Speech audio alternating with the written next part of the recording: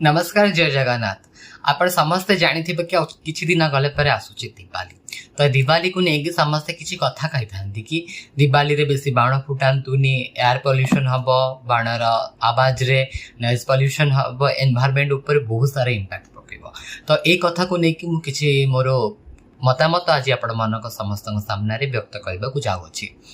तो दिवाली गोटे दिन आसे वर्ष करे समस्ते अनेक बसी थांती कि दिवाली केबे आसीबो, आम टोटाल फैमिली एकाठी हवा, आम टोटाल घर पाख लोक मैंने जी थांती पड़ोसी हूँ मिसिकी गोटे बहुत बड़ा सेलिब्रेशन हुए, समस्ते एकाठी रही था, पिठा पना हुए, समस्ते बाण फुटाती तो केते खुशी लगे।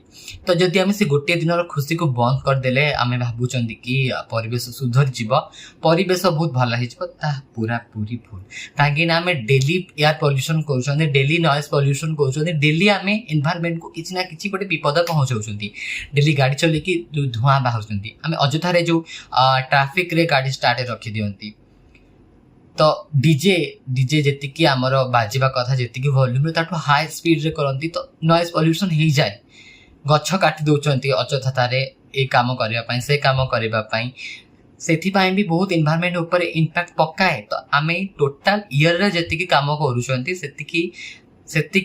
परिमाण रे आम गोटे दिन एनवायरनमेंट ऊपर को लेकिन सतर्कता हेले एनवायरनमेंट ऊपर किसी भी कौन प्रकार चेंजेस आसीबो नहीं। बरम आम वर्षटाक सतर्क रही गोटे दिन को जति धूमधाम रे पालन करबा, सेफ्टी वे रे पालन करबा, तेबे निहांती परिवेश सुधार आसीबो।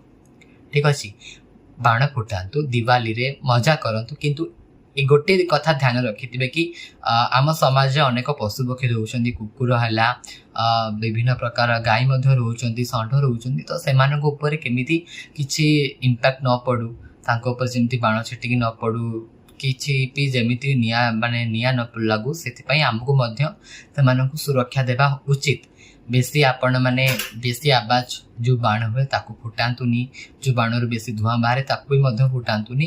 पूरा सिंपल वे रे दिवाली को सेलिब्रेट करंतु, निजे सुरक्षित रहंतु, परिवार को सुरक्षित रखंतु, समाज को सुरक्षित रखंतु। Happy Diwali to all of you.